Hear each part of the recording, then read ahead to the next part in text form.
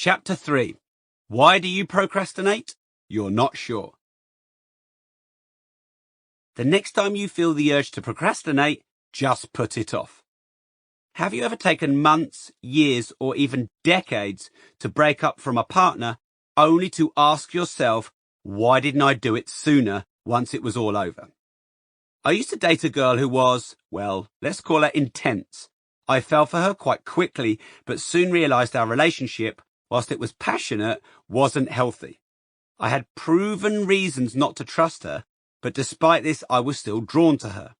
I could not bear the thought of being alone or anyone else being with her, so I endured the volatility. You can see I'm treading very carefully with my words here. Well after I knew the relationship was over, I stayed with her. If she pushed me away, offering me an opening to end it, I'd chase her back. Each time I convinced myself I was going to end it, I just couldn't. I got on really well with her parents. I didn't want to upset them. I felt that if things ended, things would get messy. Finally, it came to a head when she slapped a female friend of mine clean in the face while she was working in a shop. It all kicked off and I told her it was over. She didn't accept this and kept turning up at my house. I turned off my phone, and whilst it was hard for a few days, I got myself through it. It was quite messy, like I thought it would be, but it didn't last as long as I thought. And after the initial loneliness, I started to feel free and myself again. My friends supported me and took me away while it was still raw to help take my mind off it. People had been warning me that the relationship wasn't healthy. I knew it, but I couldn't accept it. You may not have had this exact experience, but maybe you had children with an ex-partner that made the decision hard. Maybe all your friends were friends you made together. Maybe you felt you were too old or wouldn't get someone as good. Maybe they were there for you in your moment of need and you didn't want to hurt them. Maybe you settled. Maybe you got too comfortable.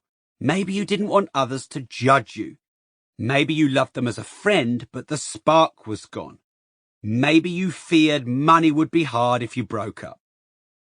The guilt and the fear can be strong, but you know the single right decision and action. And you know, even if it took hindsight to remind you of what you already knew. You are always stronger and more resourceful than you give yourself credit for. The pain subsides with time. Things do get better. The hard decisions you know you have to make pay dividends long after you make them, but can cause a lot of pain if you delay them. Later, in Start Now, Get Perfect Later, there's a section dedicated to making bigger and harder decisions. Remember, you are not a procrastinator, but you do sometimes. Often procrastination and indecisiveness aren't as they seem on the surface. There's something hidden behind them. It could be one or more of the following. Fear of the unknown. Fear of making a mistake or being wrong. Fear of missing out on an alternative. Wanting everything to be perfect or completely ready first. Fear of taking risks. Fear of looking stupid or being judged. Fear of rejection. Fear of being out of your comfort zone. Fear you might not deliver or live up to expectations. Fear of losing or ruining what you already have and you've worked so hard for. Struggling with clarity or seeing the benefits. Waiting for something better to come along. Fear of letting people down or displeasing them. Too many options or overwhelm. It might be right for others but not for you. Too many people giving you contrasting advice or opinions. Doing easy things over important things. The decision or task seems hard, big, or insurmountable. Not sure if you should trust your instincts. You've made mistakes in the past. You know it intellectually, but you still don't do it. Waiting for permission. Second guessing or doubting yourself. Both or all decisions seem equally hard. Part of me this, part of me that. You will not or you are not enjoying it. Frustration that leads to anger or apathy. You're doing well, so you can stop and take a break now. What if this and what if that? Fear that it is never or never will be enough. Fear of success. Maybe you can relate to one, more, or all of these. These can lead to guilt, frustration, worry, stress, or worse.